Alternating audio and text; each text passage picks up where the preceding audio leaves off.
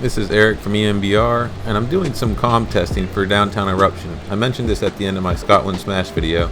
Decided I would do a little bit cool down and then try to hit these KOMs hard just to sort of test them before Monday's race.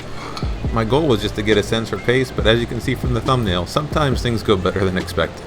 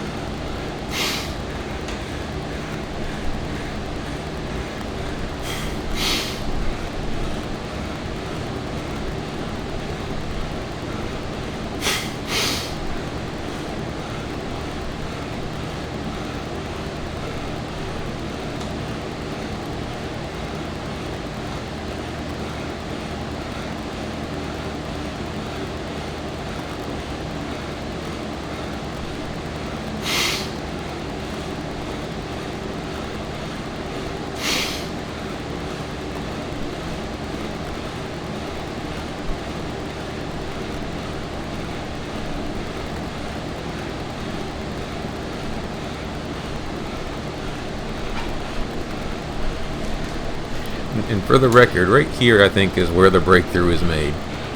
I've been doing mostly high 80s, low 90 cadence sitting up until this point.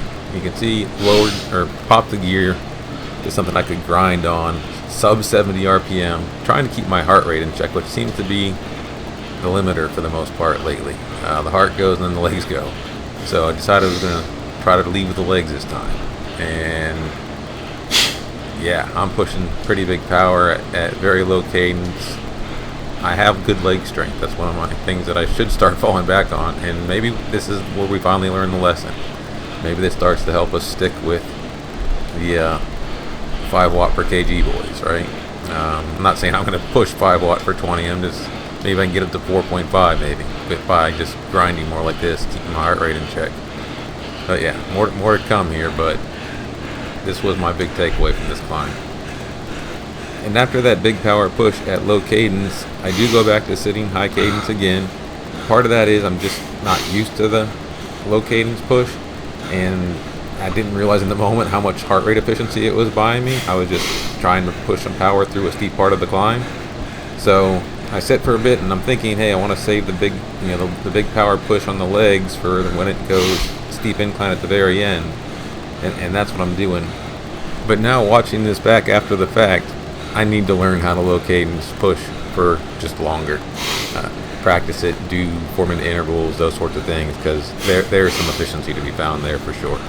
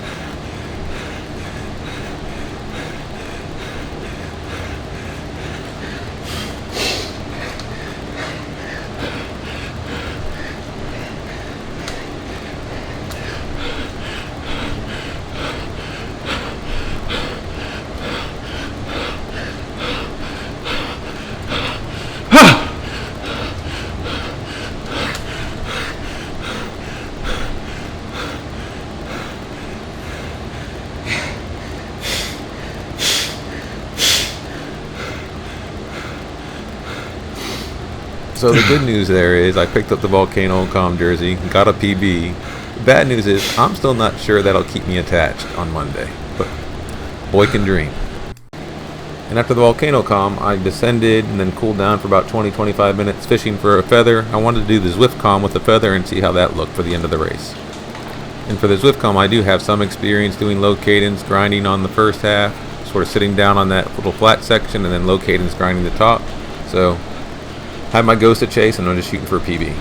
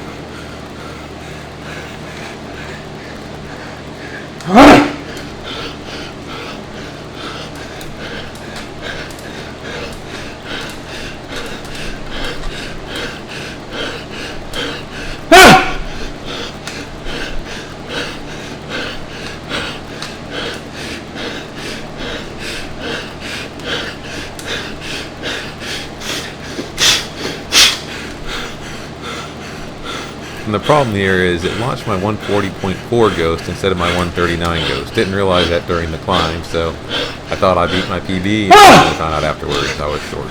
I would have found the power, I'm sure, if I had the right ghost.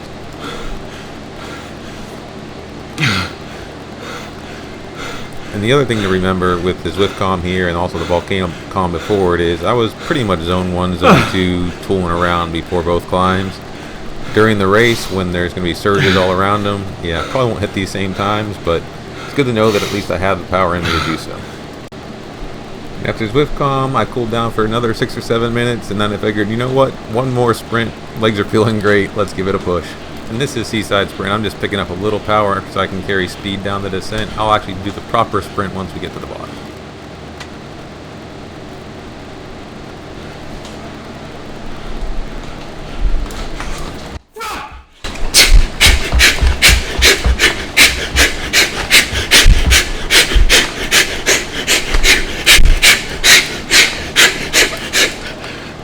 And that's not my best top end power, but after all the efforts of the day, definitely not bad to have that in the legs still. But if I can catch even 30 or 45 seconds of rest to recharge the legs at the end of a race, I can usually pop something close to that. It's when it's Scotland Smash and it's just a long 90-second grind to the end, there's just nothing left. That's something else I got to work on my profile. But here's the whole graph, and as you can see, a lot of blue and gray in between the efforts, which is why I was able to put the juice into them that we did. But yeah, this felt good after Scotland Smash. Doing what I was my best and just not being good enough. It was good to know that the training is paying off. You're still able to do hard things, and and setting a new 5-minute PB always feels good. I will say it's only like 1 or 2 watts above my prior 5-minute, but I was able to extend it up to about 6.5, 7. So that's definitely some work. And then when I hit end, I'm greeted with this, which I think Zwift is overestimating a little bit based on a short effort. And also, I had lowered my end game from 324 to 320 because the workout was a little hard at one point. So it's only an 8-watt bump, but still a little bit shocked, as you can see. I was basically trying to figure out where those legs were during the race, but you take it when you get it, I guess. And here's the intervals report. The main thing I'm looking at here are row 3, the torque and cadence, and then the one right up from them, the elevation, the W-bow. Cadence goes down, torque goes up, heart rate doesn't spike as much, and I can pull an effort off that I wasn't capable of before. In fact, that's where W-bow goes in negative. It's like, hey, you didn't know you could do that. That's why the FTP went up as well. That's the lesson learned here, and hopefully we can carry that to some future results. But hopefully we have some of this mojo on Monday for the race. But we'll see you then. I'm done for the weekend. It's going to be a rest day tomorrow, and Monday we'll try to race.